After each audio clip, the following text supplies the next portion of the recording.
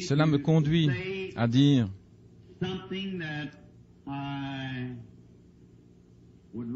quelque chose que j'aurais préféré taire,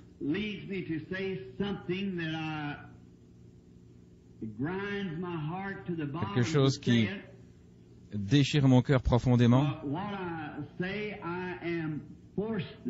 mais ce que je dis, je suis forcé de le dire, en réalisant que ceci est enregistré et que le monde va l'entendre. Mais j'ai quitté le ministère pour une raison, et je suis désolé que je doive le quitter pour cela. Peut-être que beaucoup l'ont entendu. Je ferme mon bureau, etc., et je quitte le champ de mission. Je ne sais pas où notre Seigneur va me conduire. Ce n'est pas moi qui contrôle cela, et je ne sais pas ce qu'il va me donner à faire. Mais je pense à la fin de la route où je dois arriver. Et durant les voyages de la vie, j'ai fait tant d'erreurs. Et j'en suis vraiment désolé du fond du cœur. Parce que je crois qu'étant humain, plein de faiblesses, cela nous fait agir autrement qu'on le voudrait. C'est notre faiblesse d'être humain qui nous fait faire ce qu'on ne voudrait pas. Mais nous avons ces temps-là, étant des êtres humains faibles. Mais s'il y a quelque chose qui est dans mon cœur, c'est de pouvoir entendre ces paroles de notre Seigneur Jésus à la fin du voyage. C'était bien, mon bon et fidèle serviteur. J'ai souvent dit que j'aurais aimé être présent quand il a dit « Venez à moi ». Mais j'aimerais bien l'entendre. Tu as bien agi. Je n'ai pas pu entendre sa voix du temps où la Bible fut écrite lorsqu'il disait « Venez à moi », où la Bible fut écrite, mais je désire vraiment l'entendre me dire « C'est bien ». Il y a une chose que j'ai toujours désiré être, du fond de mon cœur, c'est d'être un fidèle serviteur de Jésus-Christ, mon Seigneur et Sauveur.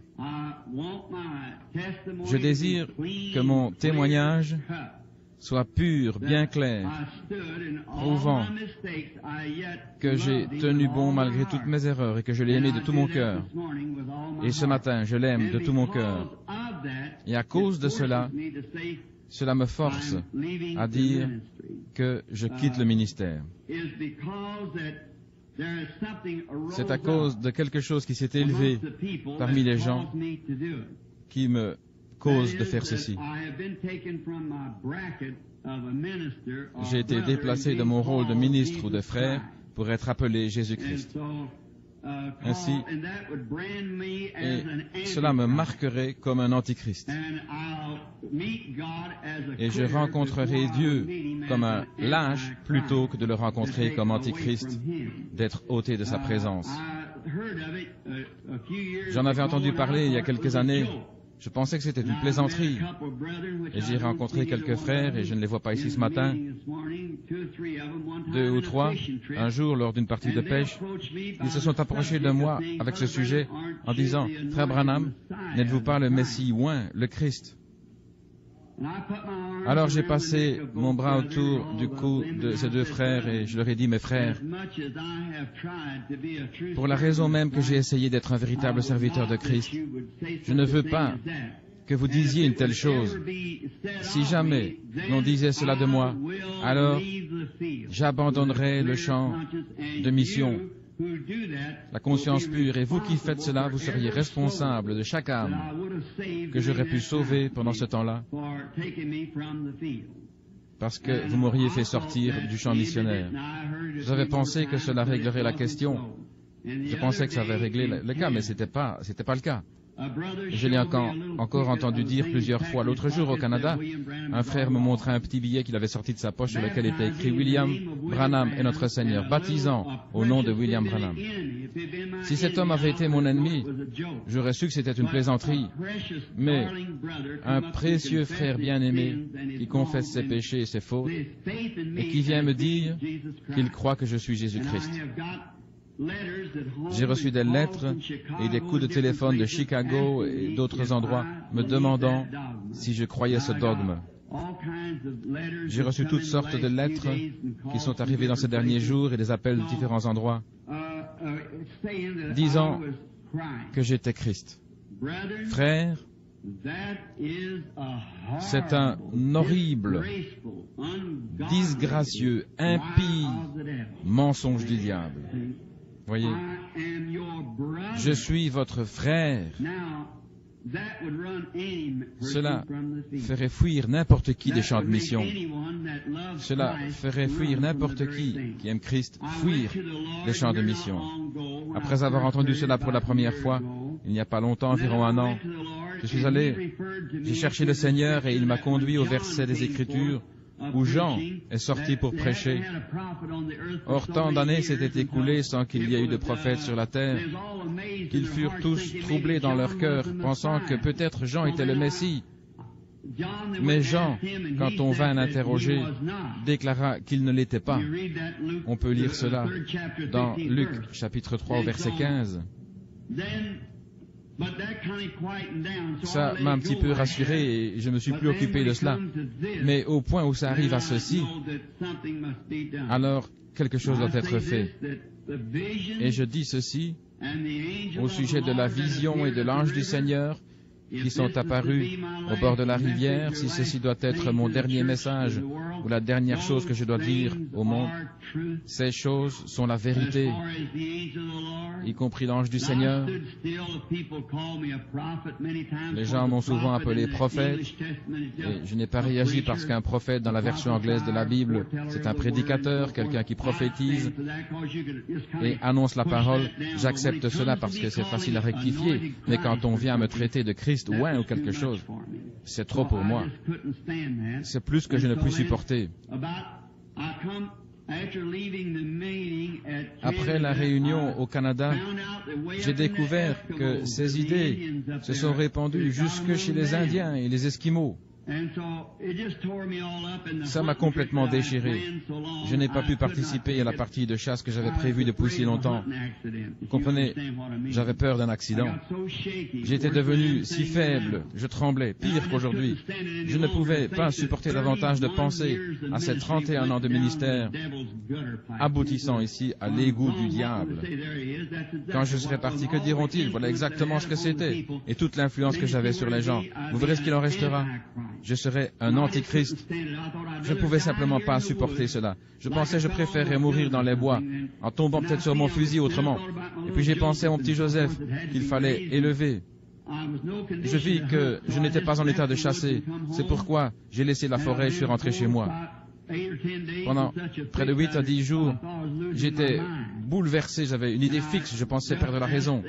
Je demandais à tout le monde de s'éloigner de moi et de me laisser seul, parce que j'étais dans un tel état, à bout de nerfs, complètement anéanti. Et je me disais, si ça avait été un ennemi, ça aurait été très bien. J'aurais ri et puis j'aurais continué. Mais quand ça vient d'un précieux frère, d'une précieuse sœur, alors c'est ce qui me fait mal. Et j'ai dit, Seigneur, tout ça est trop grand pour moi, je vais simplement m'en aller et le laisser entre tes mains. Je ne vois pas ce que je pourrais faire de plus. Il y a quelques jours, pendant la nuit, j'ai reçu une visitation du Seigneur. Et j'ai vu quelqu'un de précieux. Et puis j'ai vu aussi un serpent jaune et noir qui vint me mordre à la jambe. Mais le sang était si riche que cela n'a eu pas d'effet sur moi. Je regardais l'endroit où je venais d'être mordu. Puis je me suis retourné rapidement avec mon fusil et j'ai tiré sur ce serpent, le touchant directement en plein milieu. Puis je me suis tourné pour lui faire sauter la tête, mais un frère m'a dit, « Ne fais pas cela, ramasse simplement le bâton qui est près de toi. » Pendant que je me retournais pour ramasser le bâton, le serpent se glissa dans une petite flaque d'eau. Et je me suis dit, eh bien, il ne peut plus faire beaucoup de mal maintenant parce que je vois que les frères sont conscients de ce qui pourrait arriver. Il est mortellement blessé, donc il mourra. Beaucoup de membres de ma propre Église ici, dans ce tabernacle, frère Neville et moi-même, ils sont venus nous demander, frères, sœurs, n'ai-je pas toujours essayé d'être un fidèle serviteur de Christ pour vous? N'ai-je pas toujours essayé d'être votre frère? De toute manière, c'est un esprit sur de précieuses personnes. Beaucoup m'ont posé cette question. C'est un esprit. Mais j'espère qu'aujourd'hui, il a reçu une blessure mortelle et va mourir rapidement de sorte que je puisse rentrer dans le ministère. Jusqu'alors, je vous demanderai à chacun de prier pour moi. Je ne sais pas ce que je vais faire. Ma maison est à vendre. Je ne peux pas supporter cet état de choses. Si je reste là, je deviendrai complètement fou. Je vais vous demander de prier pour moi. Si jamais vous m'avez cru, si jamais vous avez cru que je suis un serviteur de Christ, rappelez-vous, c'est une erreur. C'est une fausseté, ainsi dit le Seigneur. C'est faux. N'ayez rien à voir avec cela. Je suis votre frère. Courbons la tête. Père céleste, ma chair est tremblante, mes mains sont crispées, mes orteils sont recroquevillés dans mes souliers. Ô Dieu, sois miséricordieux. Qu'ai-je fait, Seigneur, pour mériter cela? Je te prie d'être miséricordieux envers moi, Seigneur, et envers tous. Et pour ce qui est de ces bien-aimés là-bas, puissent-ils voir leur erreur et ce qu'ils ont fait, Seigneur? Comment ils brisent le cœur de leurs frères, et pas seulement de leurs frères, mais de notre Sauveur, notre Père céleste. Je te prie de nous pardonner de nos erreurs, Seigneur. Que le saint sang de Christ réunisse tous nos êtres ensemble, Seigneur, et béni soit le lien qui unit nos cœurs dans l'amour chrétien et dans la communion. Ô Dieu, que l'ennemi qui s'est approché de nos frères et de nos sœurs reçoive une blessure mortelle et qu'il ne puisse plus exister longtemps, qu'il meure et disparaisse, Seigneur. Quand tu auras fait cela, Père, je retournerai dans les champs de mission. Mais en attendant, Seigneur, je suis ton serviteur au cœur brisé et j'attends. Je n'ai rien pu faire contre cela.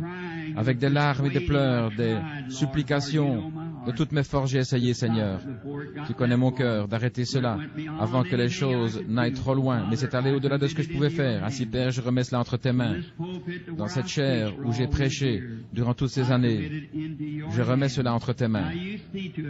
Maintenant, occupe-toi de cela, Père, à ta manière divine, et quand tout sera terminé, alors ton serviteur reviendra. Jusque-là, j'attendrai que tu me parles.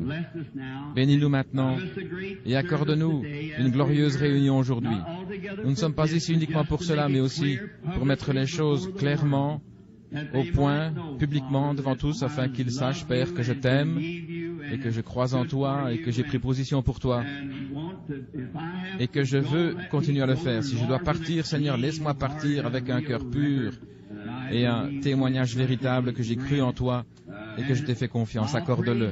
Et je te louerai et nous te rendrons gloire dans les âges à venir par Jésus-Christ. Amen.